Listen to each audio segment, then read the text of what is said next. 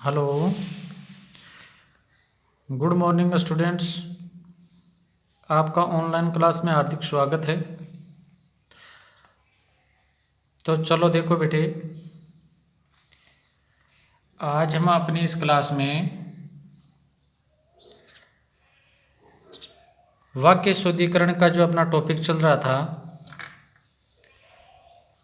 इस टॉपिक के बारे में जानकारी प्राप्त करेंगे। देखो, इस वाक्य शुद्धिकरण का जो टॉपिक है, इसमें हमने संज्ञा संबंधी अशुद्धियों के उदाहरण पढ़े थे और उसके बाद हमने सर्वनाम संबंधी वाक्य अशुद्धियों के उदाहरण पढ़े थे। आज हम पढ़ेंगे विशेषण संबंधी अशुद्धियों के उदाहरण। इससे पहले आपको एक जानकारी ये प्राप्त करनी होगी कि विशेषण किसे कहते हैं, विशेषण की परिभाषा, विशेषण के भेद, विशेषण की अवस्थाएं, इन सब का आपको ज्ञान होना चाहिए। इसीलिए आपको जो पहले वीडियो बनाए थे उसमें संज्ञा, सर्वनाम, विशेषण, क्रिया, क्रिया विशेषण, ये अनेक टॉपिक मैंने पहले करवाए थे। तो आपको इनको पढ़ना है, यानी ये आपको जानकारी होनी चाहिए। तो क्योंकि आपको इस बात का पता होना चाहिए वाक्य में विशेषण शब्द कौन सा है, संज्ञा शब्द कौन सा है, सर्वनाम शब्द कौन सा है, यह सारी जानकारी हमें होनी चाहिए।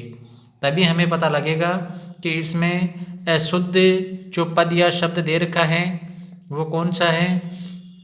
तो चलो देखो, आज जो अपना ये विशेषण संबंधी अशुद्धियों के उदाहरण है वो हम पढ़ेंगे। सबसे पहले आपको छोटी सी एक परिभाषा देखो, विशेषण किसे कहते हैं। संज्ञा सर्वनाम की विशेषता बताने वाले शब्दों को विशेषण कहते हैं। अब विशेषण की 3 अवस्थाएं होती हैं, मूलावस्था, उत्तरावस्था, उत्तमावस्था, ये अवस्थाएं होती हैं। इनकी जानकारी भी आपको होनी चाहिए। देखो कुछ उदाहरण हैं, क्योंकि अगर उस टॉपिक को पढ़ेंगे तो ये आगे वाला टॉपिक नहीं बनेगा, तो वो आपको पहले करवा दिए गए हैं, उनको आपको पढ़ना है। अशुद्ध विशेषण संबंधी अशुद्धियों के जो उदाहरण हैं उनमें पहला उदाहरण हम पढ़ते हैं। अशुद्ध वाक्य दे रखा है, यह सबसे सुंदरतम घड़ी है, यह सबसे सुंदरतम घड़ी है। देखो, सुंदरतम घड़ी है, यह सबसे सुंदरतम घड़ी है। अब देखना इसमें शुद्ध वाक्य में, देखो यह सबसे सुंदर घड़ी है, यानी सुंदरतम शब्द है। तम कौन से में जुड़ता है, यानी उत्तमावस्था में। ठीक है, और उत्तमावस्था में होता क्या है कि भाई सुंदर, यहाँ सबसे सुंदर घड़ी है ये आएगा, जबकि सुंदरतम शब्द सबसे सुंदरतम, ये देखो सबसे सुंदरतम, यानी सबसे आएगा तो सुंदरतम नहीं आएगा, अकेला सुंदरतम आ जाता। ये सुंदरतम घड़ी है ये होता तो ये शुद्ध हो जाता, परंतु सबसे सुंदर आएगा, या तो आएगा वाक्य में सबसे सुंदर या सुंदरतम, इनमें से ये दोनों एक साथ नहीं आएंगे। तो यहाँ देखो सबसे सुंदर घड़ी है, या इसको ये कह सकते हैं ये सुंदरतम घड़ी है। बात समझ में आ गई ना, कि देखो आपको लग सही रहा है ये उदाहरण, परंतु ये गलत है। ठीक है, दूसरा देखो अशुद्ध वाक्य, वे एक अच्छे वकील हैं, वे एक अच्छे वकील हैं। तो अब देखो वे एक अच्छे वकील हैं, तो यहाँ पर एक शब्द है ये नहीं आएगा। कारण देखो वे अच्छे वकील हैं, तो वकील हैं वो एक ही तो हैं, भाई वकील है वो एक है, तो यहाँ पर एक शब्द की आवश्यकता ही नहीं है, इसलिए यहाँ पर ये एक शब्द नहीं आएगा। तो वे अच्छे वकील हैं, ये उदाहरण इसमें शुद्ध होगा।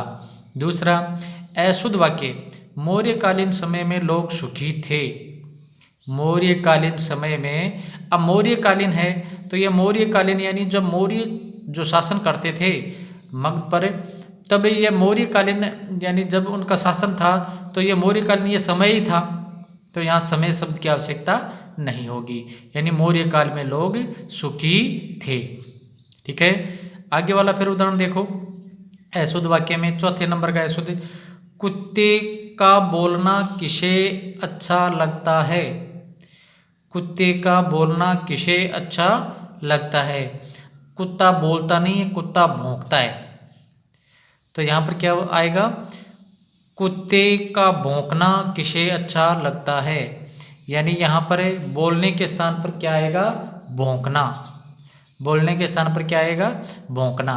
आगे वाला उदाहरण देखो, अशुद्ध वाक्य में आपकी दुर्दशा देखकर मुझे भारी दुख हुआ।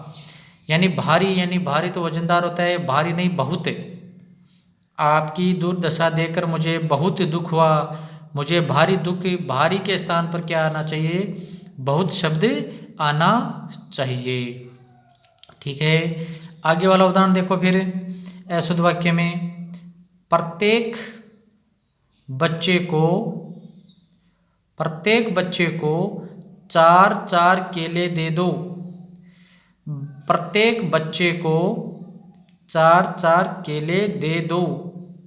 यहाँ पर ये उदाहरण देखो, अशुद्ध वाक्य में प्रत्येक बच्चे को 4 केले दे दो, यानी 4-4 नहीं आकर यहाँ पर क्या आएगा? केवल 4 ही आएगा।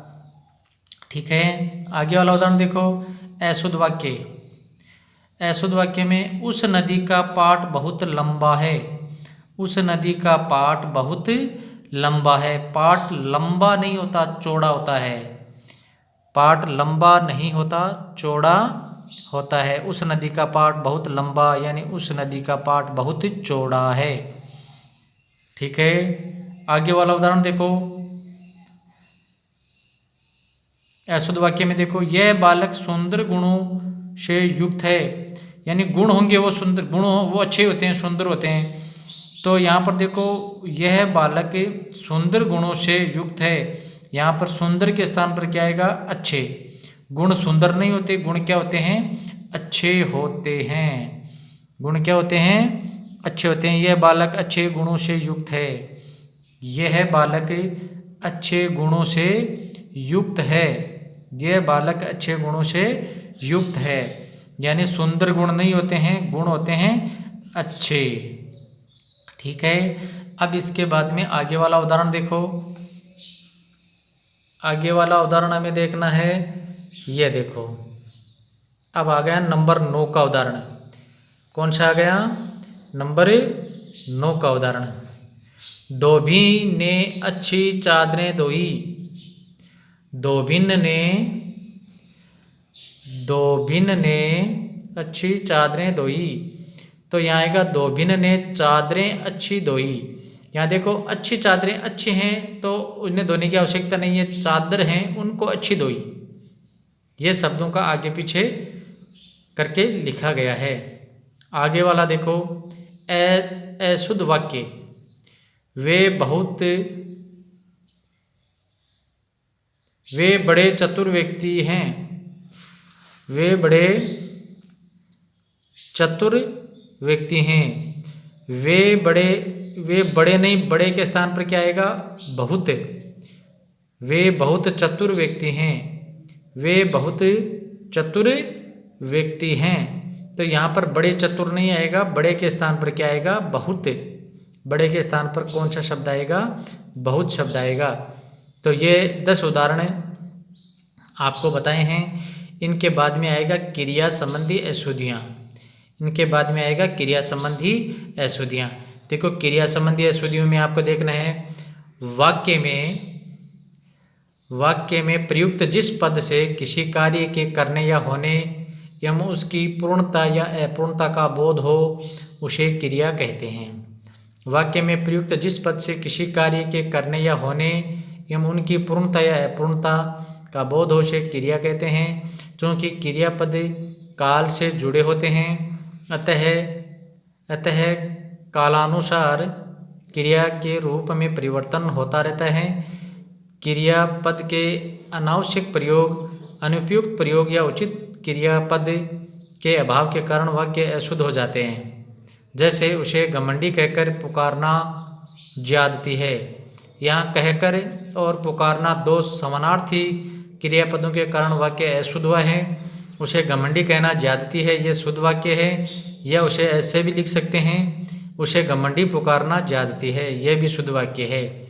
तो यहाँ पर देखो, कहकर पुकारना यानी कहकर पुकारना, ये दोनों शब्द एक वाक्य में नहीं आएंगे। ये दोनों एक एक अलग अलग, एक उनमें से एक अलग अलग हम ले सकते हैं। तो आगे वाले वीडियो में देखो हम क्या करते हैं, क्रिया संबंधी जो अशुद्धियों के जो उदाहरण हैं उनको हम पढ़ेंगे। तो आज के वीडियो के लिए इतना ही काफ़ी है। थैंक यू, धन्यवाद। आप अपने स्थान पर सकुशल हैं, आप इसे आराम से ध्यान से सुनेंगे पढ़ेंगे। ओके, धन्यवाद।